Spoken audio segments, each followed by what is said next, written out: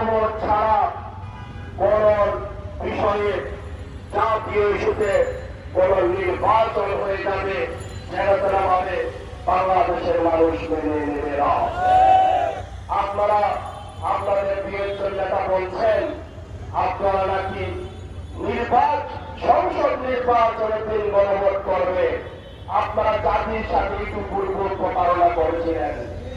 1990 সালে ওই স্বৈরাচারের সালের পতনের পর বাংলাদেশে নির্বাচন কিভাবে হবে একটি সময় ওই শক্তির শীর্ষ নেতৃত্ব বলেছিল অধ্যাপক গোলাম আজমের প্রদত্ত যেই তত্ত্বাবধায়ক সরকারের রূপরেখা সেই থিওরি সেটিকে আপনাদের নেতৃত্ব বলেছিল তত্ত্বাবধায়ক সরকার নাকি পাগল এবং শিশু করার কেউ বুঝে না বলেছিল না।